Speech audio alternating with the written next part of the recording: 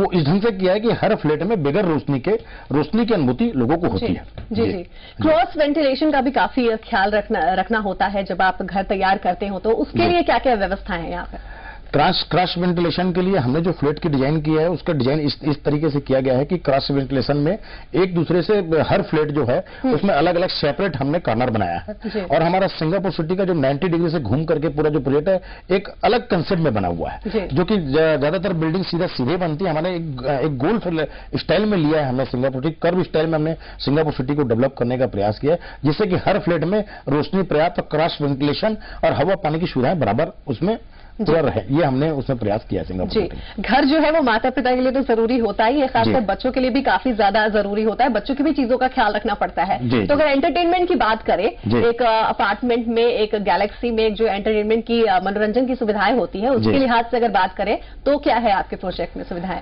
देखिए, बच्चों के लिए हमने पूरा उस प्रोजेक्ट में, बुजुर्गों के लिए हमने वहां पर एक स्केटिंग रिंग का, बच्चों के लिए बुजुर्गों के लिए हमने घूमने का एक पूरा रिंग रखा है कि सुबह वॉकिंग का जो स्पेस है वो पूरा जो सिंगापुर सिटी में बाहर जाने की जरूरत नहीं, आप अंदर में ही पूरी बुजुर्ग लोग जो है घूम करके सुबह 5 बजे से लेकर के घूम करके वॉकिंग कर सके। जगह जगह हमने बुजुर्गों के हिसाब से स्टॉपेज दिया है उनके बैठने के लिए, कि अगर घूमते घूमते कोई बुजुर्ग थक जाते हैं, बैठने के लिए उनको स्पेस चाहिए तो वो बैठने के लिए स्पेस दिया है। साथ में हमने गजीबो डाला है कि शाम को अपना जो भी बुजुर्ग हैं या महिलाएं हैं अपने घर से निकल कर गजीबो बैठे।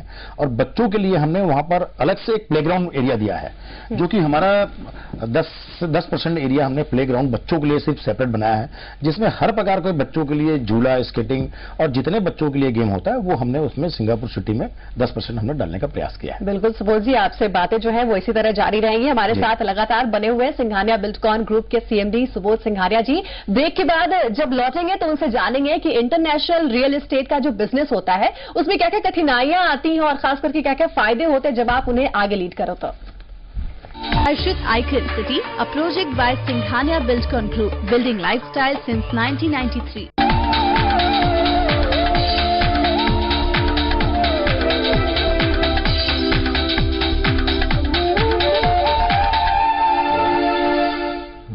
ब्रेक के बाद आपका बहुत बहुत स्वागत है आपका हमारे खास कार्यक्रम आशियाना में। हमारे साथ लगातार बने हुए हैं सिंघानिया बिल्डकॉन ग्रुप के सीएमडी सुबोध सिंघानिया जी। सुबोध जी, जानना चाहेंगे आपसे कि इंटरनेशनल लेवल का जो प्रोजेक्ट होता है उसको शुरू करने में क्या क्या फायदे हैं और खास करके क्या क्या दिक्कतें आती हैं जब आप इंटरनेशनल लेवल का जो है वो कोई प्रोजेक्ट शुरू कर रहे हो? देखिए अंजलि जी की सिंघानिया बिल्डकॉन ने इस 20 वर्षों में हरदम यह प्रयास किया है कि हर प्रोजेक्ट में हम नए से नया चीज लोगों को देते हैं। जो हमारी हर प्रोजेक्ट में एक नया हम डेवलपमेंट करते हैं, नया चीज हम बनाने का प्रयास करते हैं। और यह प्रयास हमने सिंगापुर सिटी में भी किया है।